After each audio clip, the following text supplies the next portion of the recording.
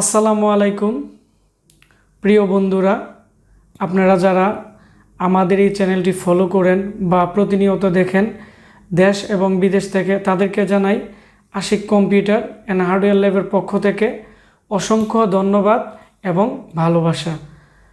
আজকে আমরা যে বিষয়টি নিয়ে কথা বলবো এটি হচ্ছে ল্যাপটপ মাদারবোর্ডের যে বিভিন্ন সেকশনগুলো। আসলেই হয়তো আপনারা অনেকেই ল্যাপটপ মাদারবোর্ডের বিভিন্ন সেকশন সম্পর্কে আপনাদের ধারণা নেই যে কোনটা কোন সেকশন, বা কিভাবে আপনারা বুঝবেন যে মাদারবোর্ডের কোন পার্টসটি কি। তো আজকে আমরা দেখাবো আপনারা কিভাবে লোকেশন ধরে আপনারা অতি সহজেই বুঝতে পারবেন যে মাদারবোর্ডের প্রত্যেকটা কম্পোনেন্টের নাম এবং মার্কিং টেস্টিং এবং কোনটা কি সেকশন। আশা করি আপনারা যারা ল্যাপটপ মাদারবোর্ডের কাজ শিখতে চাচ্ছেন তাদের অনেকটাই কাজে লাগবে।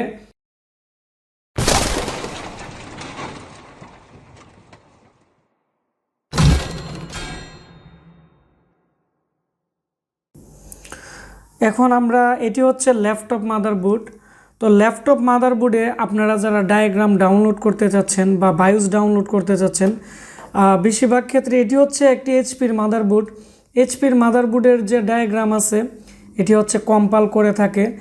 তো মাদারবোর্ডের ডায়াগ্রাম নিয়েও আমরা খুব দ্রুত ভিডিও দিব যে ডায়াগ্রাম কই ধরনের কোম্পানি মূলত করে থাকে এবং এগুলো কিভাবে রিডিং করবেন। তো এখানে আপনারা দেখতে পাচ্ছেন KJW110LM -4732P, এটি একটি মডেল। তো এই মডেলটি যখন আপনারা গুগলে সার্চ দিবেন, দিয়ে আপনারা যখন লিখবেন স্কিমেটিক ডায়াগ্রাম বা বায়োস, তখন সরাসরি এই মাদারবোর্ডের ডায়াগ্রাম এবং বায়োস চলে আসবে। তো অনেকেই আপনারা আমাকে প্রশ্ন করছেন যে ল্যাপটপের বায়োস বা ডায়াগ্রাম কিভাবে ডাউনলোড করতে হয়। এভাবেই মূলত আপনারা ডাউনলোড করবেন এবং এগুলো নিয়ে আমাদের একটি ভিডিও দেওয়া আছে। তারপর মাদারবোর্ডের মধ্যে আপনারা ভালো করে খেয়াল করেন, এখানে প্রত্যেকটা এগুলো এক একটা ইলেকট্রনিক্স কম্পোনেন্ট। এখানে মাদারবোর্ডের মধ্যে বিভিন্ন ধরনের ইলেকট্রনিক্স কম্পোনেন্ট দ্বারা একটি মাদারবোর্ড গঠিত হয় এবং এই যে কম্পোনেন্ট আছে কম্পোনেন্টের পাশে আপনারা দেখতে পাচ্ছেন এখানে লেখা আছে PQ504। এটি এই পার্টসের একটি লোকেশন। এই লোকেশন দিয়ে যখন আপনারা ডায়াগ্রামে সার্চ দিবেন তখন এই পার্টসটি সম্পর্কে বিস্তারিত আসবে যে এটি কি ধরনের পার্টস এবং এর মধ্যে কত ভোল্টেজ আসছে এবং এটি কি এই মেইন মুসপেক না সাপোর্টিং। তো এগুলো বিস্তারিত বুঝতে পারবেন। তো এখন আমরা যে গুরুত্বপূর্ণ বিষয়গুলো নিয়ে কথা বলবো, এগুলো প্রত্যেকটা পার্টসের লোকেশন দেখে আপনারা কীভাবে বুঝবেন যে এটি কী ধরনের পার্টস। প্রথমত আমরা যে জিনিসটি নিয়ে কথা বলবো, মাদারবোর্ডের মধ্যে বেশিরভাগই থাকে মুসফেট এবং ট্রানজিস্টর। এখানে PQ বা কিউ দিয়ে যদি কোনো একটি নাম্বার থাকে তাহলে আপনারা বুঝতে পারবেন ল্যাপটপের ক্ষেত্রে এটি একটি মুসফেট। কিউ বা PQ দিয়ে আপনারা বুঝতে পারবেন মুসফেট বা ট্রানজিস্টর। আর বেশিরভাগ ক্ষেত্রেই PQ দিয়ে কোনো একটি নাম্বার থাকলে আপনারা বুঝতে পারবেন এটি একটি মুসফেট। তারপরে যে একটি নাম্বার থাকে এটি এই মাদারবোর্ডের যে লোকেশন আছে, যেমন এটি 504, মানে এই মাদারবোর্ডের মধ্যে 504 নাম্বার সিরিয়ালে মুসফেটের ক্ষেত্রে এটি আছে বা এটি একটি লোকেশন বোঝায়। তারপর ক্যাপাসিটার। তো ক্যাপাসিটার সি বা PC। যেমন এই মাদারবোর্ডের মধ্যে আপনারা দেখতে পাচ্ছেন এই যে হলুদ কালারের, এগুলো সিরামিক ক্যাপাসিটার। এগুলো লোকেশনের মধ্যে থাকবে সি দিয়ে কোনো একটি নাম্বার থাকবে, আর যেগুলো বড় ক্যাপাসিটার এগুলো PC দিয়ে থাকবে। যেমন আপনারা এখানে দেখতে পাচ্ছেন এটি C98। সি দিয়ে যদি সি দিয়ে সিরামিক ক্যাপাসিটার, PC দিয়ে পোলার ক্যাপাসিটার। আমরা এগুলো মোটামুটি বুঝি। এক কথায় সি দিয়ে আমরা বুঝি সিরামিক ক্যাপাসিটার বা ক্যাপাসিটার। তারপর এই মাদারবোর্ডের মধ্যে রেজিস্টর থাকে অনেক ধরনের। যেমন এখানে আপনারা দেখতে পাচ্ছেন রেজিস্টরের এখানে লেখা থাকবে আর দিয়ে যদি কোনো একটি নাম্বার থাকে তাহলে আপনারা বুঝতে পারবেন এটি রেজিস্টর। আর এখানে যদি যে নাম্বারটি থাকবে এটি এই রেজিস্টরের একটি লোকেশন। যেমন এখানেও আছে আপনারা দেখতে পাচ্ছেন একটি রেজিস্টর। তারপর হচ্ছে ডায়োড, যেমন এটি হচ্ছে একটি ডায়োড, এটি হচ্ছে D31। ডি দিয়ে যদি কোনো একটি নাম্বার থাকে, যে নাম্বারটি থাকবে এটি হচ্ছে এই মাদারবোর্ডের লোকেশন, আর ডি দিয়ে বোঝাচ্ছে হচ্ছে ডায়োড। তারপর হচ্ছে কোয়েল, মাদারবোর্ডের এই ল্যাপটপের মাদারবোর্ডের মধ্যে অনেকগুলো কোয়েল থাকে, 7 থেকে 8টা কোয়েল বা ইন্ডাক্টর আমরা বুঝি। তো কোয়েলের হচ্ছে এল বা পিএল, আপনারা দেখতে পাচ্ছেন এখানে পিএল 501।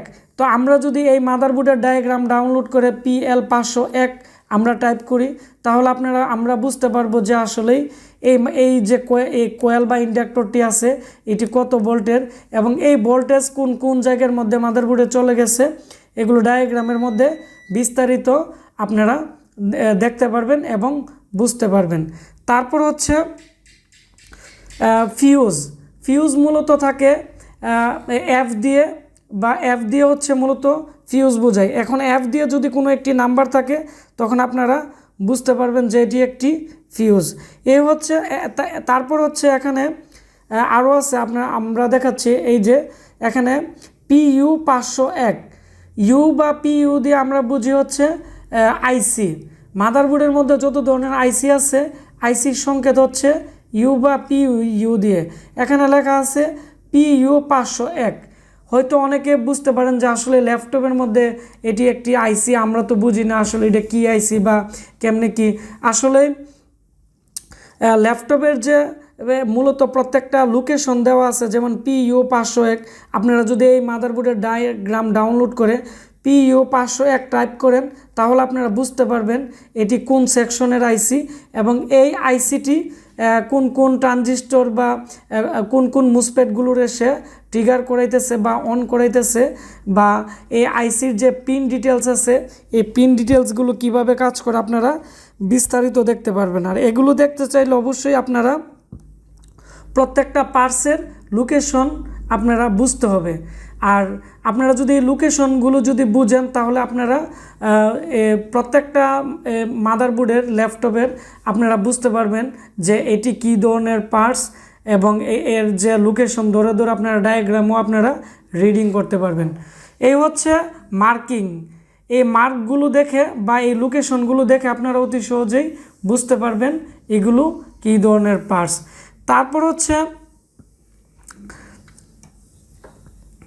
তারপর হচ্ছে সেকশন। ল্যাপটপ মাদারবোর্ডে আসলেই অনেকগুলো সেকশন আছে, এর মধ্যে হচ্ছে নাম্বার 1-এ যে সেকশনটি আছে এটি হচ্ছে বোল্ট-ইন সেকশন।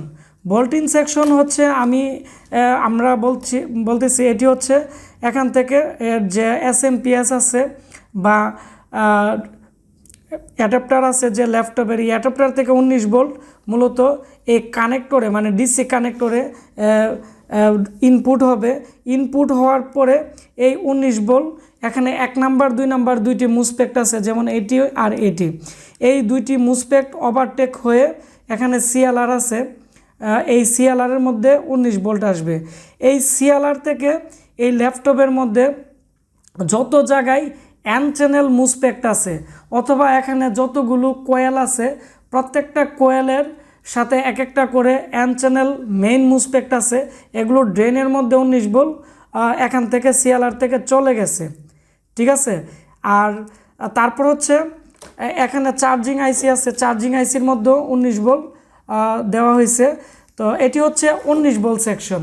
ল্যাপটপে পাওয়ার প্রবলেম হলে প্রথমত যে আপনারা চেক করবেন এটি হচ্ছে 19 ভোল্ট সেকশন, আপনারা CLR-এ দেখতে হবে 19 ভোল্ট আসে কিনা, অথবা এই মাদারবোর্ডের মধ্যে যতগুলো মেইন মুসপেক্ট আছে N চ্যানেল মানে কোয়েলের পাশে যে N চ্যানেল মুসপেক্টগুলো আছে এগুলো ড্রেনে দেখতে হবে 19 ভোল্ট আছে কিনা। তারপর হচ্ছে নাম্বার 2-এ 5 volt 3 volt section. 5 volt 3 volt section হচ্ছে একটি অলওয়েজ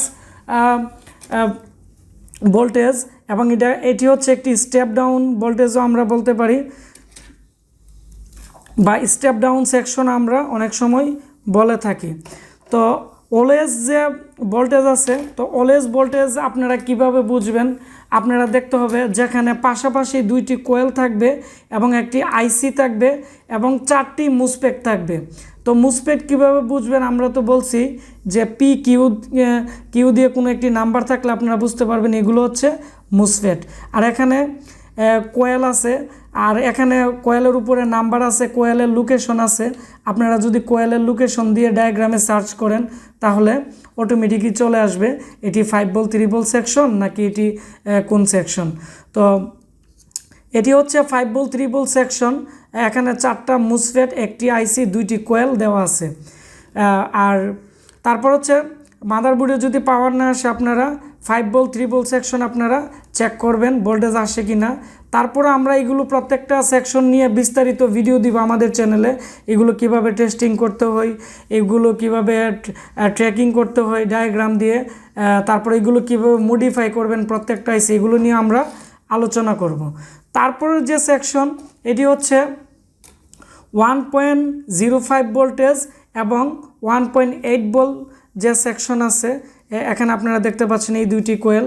তো এই ভোল্টেজের এই কোয়েলের মাধ্যমে এখানে যে পিসিএইচ আছে, পিসিএইচের যে ভোল্টেজ আছে, পিসিএইচে ভোল্টেজ দিছে। আর এটি যদি সাউথ ব্রিজ হয়ে থাকে তাহলে সাউথ ব্রিজেরও ভোল্টেজ দিবে। আর এখানে প্রত্যেকটা চিপের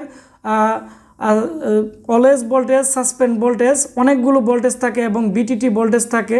তো এ নিয়ে আমাদের এই চ্যানেলে একটি ভিডিও দেওয়া আছে। তো ওই ভিডিওটি আপনারা যদি দেখেন আপনারা বুঝতে পারবেন যে কোন চিপে কতগুলো ভোল্টেজ।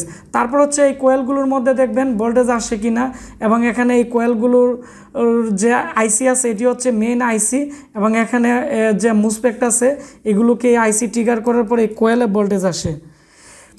তারপর হচ্ছে বিআরএম সেকশন।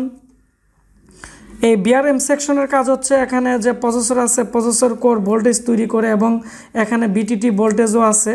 তো এটি হচ্ছে একটি সাসপেন্ড ভোল্টেজ বা আফটার ভোল্টেজ। এটি হচ্ছে পাওয়ার বাটনে প্রেস করলে 1.05 এবং 1.8 ভোল্ট যে সেকশন আছে তো এগুলোতে আসে এবং বিআরএম সেকশনও আসে।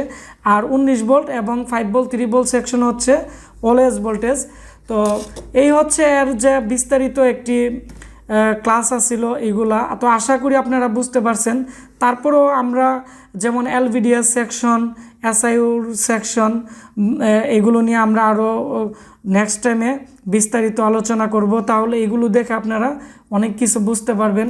এবং এই মাদারবোর্ডের মধ্যে 19 ভোল্ট 5 ভোল্ট 3 ভোল্ট সেকশন, 1.05 এবং 1.5 ভোল্ট সেকশন, বিআরএম সেকশন, এগুলো প্রত্যেকটা সেকশন নিয়ে আমরা ভিডিও দিব।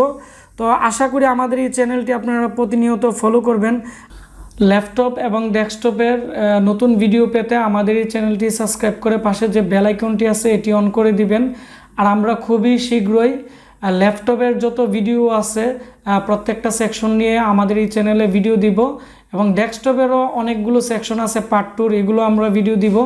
তাহলে আমাদের এই চ্যানেল থেকে যারা ভিডিও দেখে কাজ শিখছেন বা শিখতেছেন বা যাদের দোকান আছে তাদের অনেকটাই উপকার হবে। আর আমার এই ভিডিওটি ভালো লেগে থাকলে ভিডিওটির নিচে একটি লাইক দিবেন এবং কমেন্টস করে আপনাদের মতামত জানাবেন।